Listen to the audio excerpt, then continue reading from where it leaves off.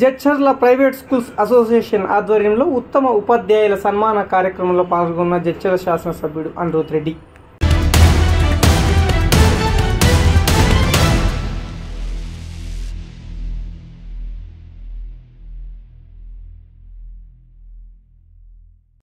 ఈ సందర్భంగా జడ్చర్ల శాసనసభ్యుడు అనిరుద్ రెడ్డి మాట్లాడుతూ ప్రైవేట్ స్కూల్లో ఫీజులు ఎక్కువగా ఉంటాయి, దాంట్లో పనిచేసే టీచర్ల యొక్క జీతభత్యాలు తక్కువగా ఉంటాయని అన్నారు.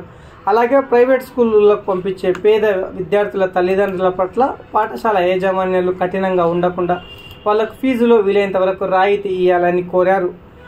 చెప్పినాం, ఖచ్చితంగా మేము మీకు సహకరిస్తాను. వేరే ఏ యాక్టివిటీస్ ఉన్నా కానీ కూడా మీరు వచ్చి స్కూల్ బంద్ చేస్తే మాత్రము నేను ఒప్పుకోనని చెప్పి ఆ రోజు చెప్పినాను, ఈ రోజు చెప్తున్నాను. ప్రైవేట్ స్కూల్స్ అందరూ ప్రైవేట్ స్కూల్స్ అనగానే చాలామంది మీడియా మిత్రులు నాకు ఫోన్ చేస్తారు, స్కూల్ ఫీజులు చాలా ఎక్కువ ఉన్నాయి, స్కూల్ ఫీజులు ఎక్కువ కట్టాలి పిల్లలకన్నీ డిమాండ్ చేస్తున్నానని చెప్పడం జరిగింది. నాకు అప్పుడు నేను ప్రైవేట్ మేనేజ్మెంట్ స్కూల్స్ని రిక్వెస్ట్ చేస్తున్నాను, డిమాండ్ కాదు, డిమాండ్ వేరు రిక్వెస్ట్ వేరు, మీకు తెలుసు. రిక్వెస్ట్ చేస్తున్నాను, స్కూల్ ఫీజులు ఎక్కువ తీసుకుంటున్నాను, కొంచెం పేదవాళ్ళు కూడా ఉన్నారు మన జడ్చర్లలో, పేదవాళ్ళకి కన్సెషన్ ఇవ్వండి.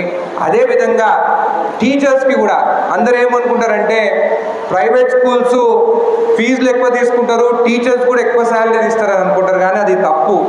ప్రైవేట్ స్కూల్ ఫీజులు ఎక్కువ తీసుకున్నా కానీ టీచర్స్కి మాత్రము చాలా తక్కువ శాలరీస్ ఉంటాయని చాలా మందికి తెలియదు. చాలామంది ఏమనుకుంటారు, స్కూల్కి పోతారు, ప్రైవేట్ స్కూల్ అమ్మ ప్రైవేట్ స్కూల్ టీచరా ఎన్ని వేల జీతాలు ఇస్తారేమని. వాళ్ళకి నిజంగా చాలా మందికి వాళ్ళు అలా అనుకుంటారు, కానీ అది నిజం కాదు. స్కూల్ ఫీజులు ఎక్కువ ఉంటాయి కానీ టీచర్ ఫీజులు వాళ్ళ శాలరీస్ తక్కువ ఉంటాయని చెప్పేసి చాలా మందికి తెలియదు. కాబట్టి మేనేజ్మెంట్ అది కూడా ఒక రిక్వెస్ట్ చేస్తున్నాను, ఎందుకంటే ఇప్పుడు ఉన్న ఖర్చులకు కానీ వాళ్ళ ఇంట్లో పిల్లలను చూసుకోవాలి, వాళ్ళు 365 రోజులు, ఎందుకంటే హాలిడేస్ వచ్చినా కానీ మళ్ళీ స్కూల్ ఓపెన్ అయితే వాళ్ళకి ఏం చదువు చెప్పాలని ముందే ప్రిపేర్ కావాలి. ఇంటికి వెళ్ళినా కానీ డిన్నర్ అయిపోయిన తర్వాత కూడా పిల్లలు పండుకున్న తర్వాత కూడా రేపు మళ్ళీ క్లాస్లో పిల్లలకి ఏం చదువు చెప్పాలని మళ్ళీ రివిజన్ లాగా టీచర్స్ చదువుకొని మళ్ళీ పోతారు వాళ్ళు. అందుకే నేను అన్నాను 365 రోజులు మీరు చెప్తూనే ఉంటారు. నాకు కూడా టీచర్స్ ఉన్నారు ఇక్కడ వేదిక పైన, నిత్యానమన్న, అశోక్ అన్న, అందరు నాకు ఫోన్ చేసి చెప్తూనే ఉంటారు, వింటూనే ఉంటా కానీ నేను అనుకుంది చేస్తా. కానీ వాళ్ళు అదే అనుకుంటారు, మేము చెప్తూనే ఉంటాము, ఎమ్మెల్యే వింటాడు కానీ మా మాట వినడా అని చెప్పి. వింటా, మంచి అన్నీ వింటాను, మైండ్లో మనసులో పెట్టుకుంటాను, అవసరం ఉన్నప్పుడు పని చేస్తాను. స్కూల్ ఉన్నప్పుడు ఎప్పుడు నేను బ్యాక్ బెంచర్గా ఉండేది, 10th తక్కువ వచ్చినాయి, ఇంటర్లో ఎక్కువ వచ్చినాయి మార్క్స్, ఇంజనీరింగ్గా ఇంకా ఎక్కువ వచ్చినాయి.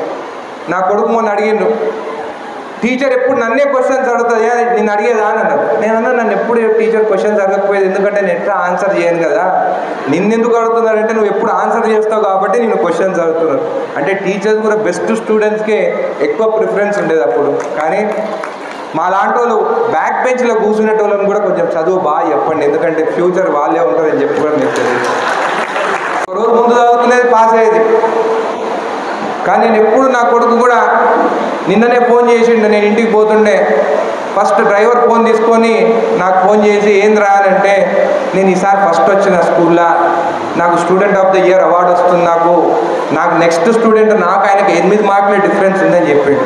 సంతోషపడ్డాను. పోయిన సంవత్సరము నేను సెకండ్ వచ్చినా అన్నాడు, కానీ ఒక్క మాట అనలేదు, బెటర్ లక్ నెక్స్ట్ టైం, బాగా చదువుకో, అర్థం చేసుకో, కానీ బట్టీలు కొట్టకు, బట్టి కొట్టి రాయకు ఎగ్జాము, అర్థం చేసుకొని రాయి, అది నీకు ఫ్యూచర్ ఉంటుంది.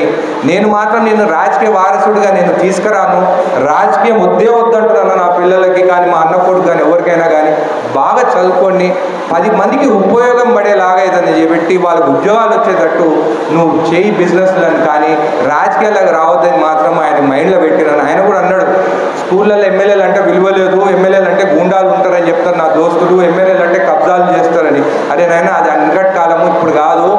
ఇప్పుడున్న ఎమ్మెల్యేలలో డాక్టర్లు ఉన్నారు, ఇంజనీర్లు ఉన్నారు, అడ్వకేట్లు ఉన్నారు, మంచి మంచి చదువుకున్న వాళ్ళు ఉన్నారు, మంచి మంచి జర్నలిస్టులు అయిన వాళ్ళు కూడా ఉన్నారని చెప్పి కూడా ఆయనకి చెప్పినాను. మీకు ఇది అన్నీ ఎందుకు చెప్తున్నానంటే, స్కూల్ పిల్లలు వచ్చిన చాలామంది వాళ్ళ ఇంట్లో కొంతమంది తల్లిదండ్రులు ఇంకా చదువుకున్న వాళ్ళు కొంతమంది ఉన్నారు, వాళ్ళు చదువు చెప్పలేరు. వాళ్ళకి స్పెషల్ ఫోకస్ ఇచ్చి వాళ్ళకి బాగా చదివించాలని చెప్పి కూడా మిమ్మల్ని ఒక కోరిక కోరుతున్నాను.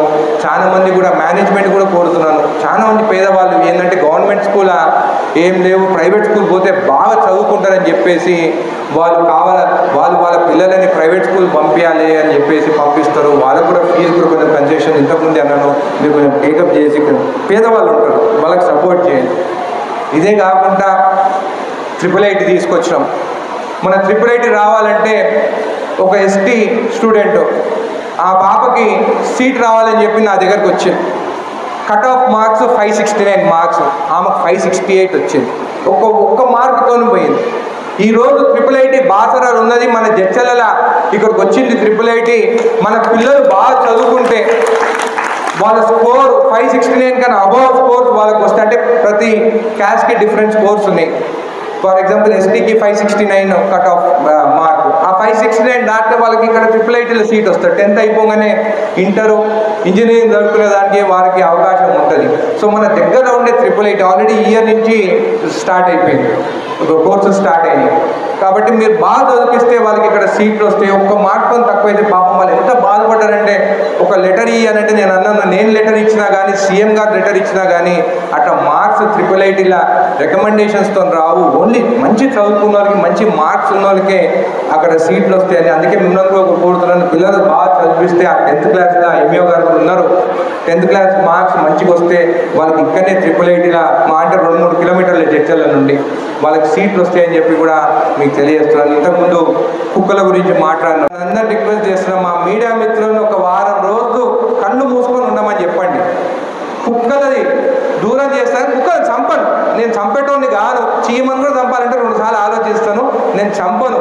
కానీ వాళ్ళు మీడియా మిత్రులు కళ్ళు మూసుకుంటే 2 వారాలు ఆ కుక్కలని ఇబ్బంది లేకుండా చూసుకుంటే, ఎందుకంటే చాలా రూల్స్ రెగ్యులేషన్స్ ఉంటాయి.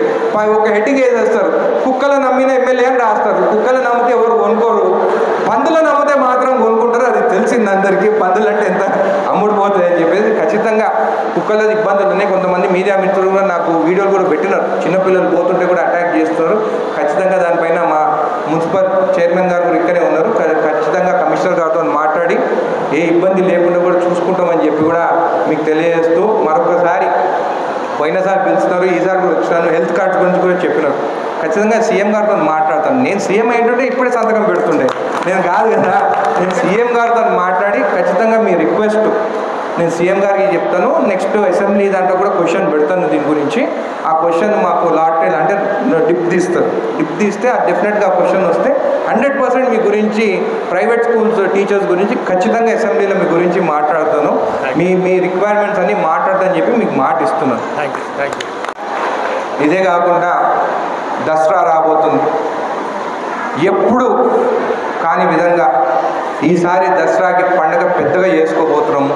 త్వరలోనే ప్రెస్ మీట్ పెట్టి అసలు మనం ఏం చేయబోతున్నాము, ఈ దసరాకి నవరాత్రులకి ఒక పెద్ద పండుగలాగా అందరం కలిసి ఒక కుటుంబ సభ్యుల్లాగా ఈ పండుగ జరుపుకోవాలని చెప్పేసి నేను అనుకుంటున్నాను. మీరందరూ కూడా కలిసి మనం ఈ పండుగ చేసుకోవాలని చెప్పేసి దసరాకి ఒక మంచి ప్రోగ్రాము సీఎం గారు కూడా రేపు కలిసి ఒకవేళ దసరా నాడు, ఎందుకంటే కొడంగల్కి వెళ్తాడు ఆయన గ్రామం కల్వకుర్తి, అక్కడ గ్రామం నుండి కొడంగల్కి ఇదే జడ్చర్ల నుండి వెళ్తారు. ఒకవేళ ఒక 10 నిమిషాలు సీఎం గారు కూడా ఇక్కడ ఆగితే ఆ ప్రోగ్రాం మనం చేసుకోవచ్చు. ఆ ప్రోగ్రాం గురించి పోయి సీఎం గారితో డిస్కస్ చేసిన తర్వాత మీడియా మిత్రులకి ద్వారా మీకు అందరికి తెలియజేస్తాను. ఈసారి నవరాత్రులు ఘనంగా జరుపుకుంటామని చెప్పి మీకు తెలియజేస్తూ ధన్యవాదాలు.